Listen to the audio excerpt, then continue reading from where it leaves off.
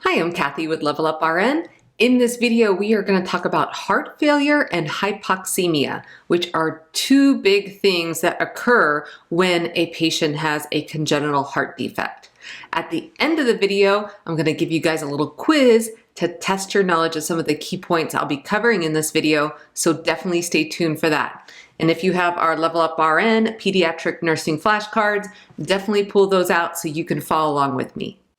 Heart failure is the inability of the heart to adequately supply blood to meet the body's needs.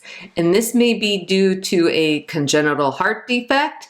It could be due to cardiomyopathy, which is a disease of the heart muscle, or some other cardiac abnormality. So with heart failure, we end up with volume overload on the heart muscle and/or pump failure. So general signs and symptoms of heart failure can include poor feeding, tachycardia, activity intolerance, pallor, weak pulses, as well as cardiomegaly, so enlargement of the heart. We can also end up with pulmonary congestion with left-sided heart failure. So symptoms of left-sided heart failure include tachypnea, dyspnea, as well as nasal flaring, retractions, and wheezing, so issues with breathing. If we are dealing with right-sided heart failure, that will cause systemic congestion, and it will cause symptoms such as peripheral edema, ascites, as well as hepatomegaly, so enlargement of the liver, and jugular vein distension. So we have some cool chicken hints on the card here to help you remember what symptoms are associated with left-sided heart failure and right-sided heart failure. So with left-sided heart failure, that primarily affects the lungs. And with right-sided heart failure, that affects the rest of the body. And if you think about the blood flow through the heart, it really makes sense. So we have blood that is coming in to the right side of the heart, then going to the lungs, then to the left side of the heart, and then out to the body. So if the left side of the heart is not functioning correctly, that blood is going to back into the lungs. What about the right side? So the blood's coming into the right side of the heart, and if the right side of the heart is not functioning correctly, that blood is going to back up into the body and cause that systemic congestion. So I hope that cool chicken hint, as well as that explanation, helps you to remember what you can expect with left versus right-sided heart failure. Diagnostic tools that are helpful in the diagnosis of heart failure include an echocardiogram, EKG, as well as a chest x-ray.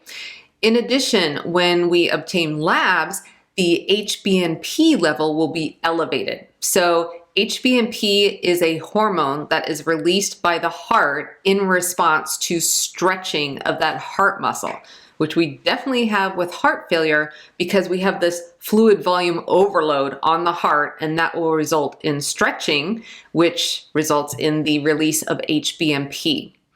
In terms of treatment, digoxin is going to be a key medication used to help improve contractility of the heart. So it will slow down the heart rate and help those contractions be more effective and efficient.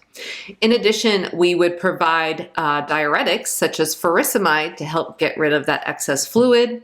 And then other medications that are used to treat heart failure include beta blockers and ACE inhibitors. In terms of nursing care, because our patients with heart failure have poor feeding, we're going to make sure our child is sitting upright while they're eating, and we want to use a nipple with an enlarged opening to help decrease the amount of energy required by the child while they are feeding. In addition, we may need to use high-calorie formula to help supplement their calorie intake. And then we want to make sure we are providing frequent rest periods because the child's going to have activity intolerance. And then when we are administering digoxin, we absolutely want to take the child's pulse before administration. And we would hold the digoxin, so do not administer it, for a pulse rate under 90 beats per minute for infants or under 70 beats per minute for older children, or per orders. And then we want to monitor for signs and symptoms of digoxin toxicity, which can include nausea and vomiting, bradycardia, as well as dysrhythmias. And then we're going to want to closely monitor the patient's serum digoxin levels. So the therapeutic range for that typically is between 0.8 and 2. Next, let's talk about hypoxemia, which is where we have inadequate oxygenation of the blood. This in turn can cause hypoxia, which is where we have inadequate oxygenation of the body's tissues. And congenital heart defects are a key thing that can cause hypoxemia. Other causes include respiratory disorders as well as anemia. In the case of congenital heart defects, many of those defects cause unoxygenated blood to enter systemic circulation. So that's how congenital heart defects cause hypoxemia. Signs and symptoms of hypoxemia include cyanosis, tachypnea, dyspnea, clubbing, which is where we have those like upside down spoon-shaped nails, as well as polycythemia. So with polycythemia, the body is compensating for that lack of oxygenation in the blood by increasing the amount of red blood cells it produces. So the body's like, oh no, we don't have enough oxygen. Let's crank out some more red blood cells. So polycythemia is an elevation in red blood cells in response to the hypoxemia. In terms of diagnosis, ABGs will show a decrease in the partial pressure of oxygen. We will also see decreased oxygen saturation with pulse oximetry. In terms of treatment, we can provide oxygen, morphine, as well as IV fluids to the child. And then for cyanotic episodes, we would want to place the child in a knee-chest position to help improve blood flow to the lungs. All right, it's time for a quiz. I've got 3 questions for you. First question, what medication is used to improve heart contractility in a child with heart failure? The answer is digoxin. Question number 2, when feeding a child with heart failure, why is a nipple with an enlarged opening used?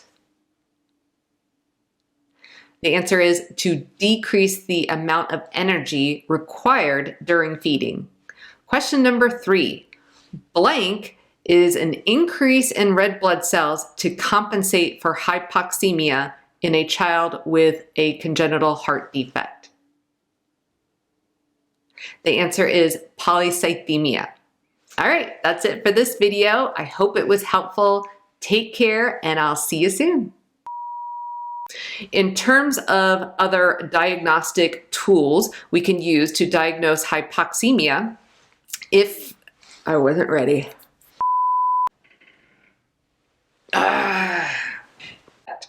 Signs and symptoms of hypoxemia includes cyanosis, tachycardia, I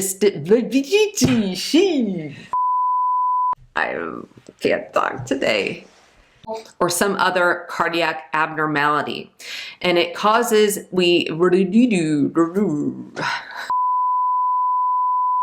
I invite you to subscribe to our channel and share a link with your classmates and friends in nursing school.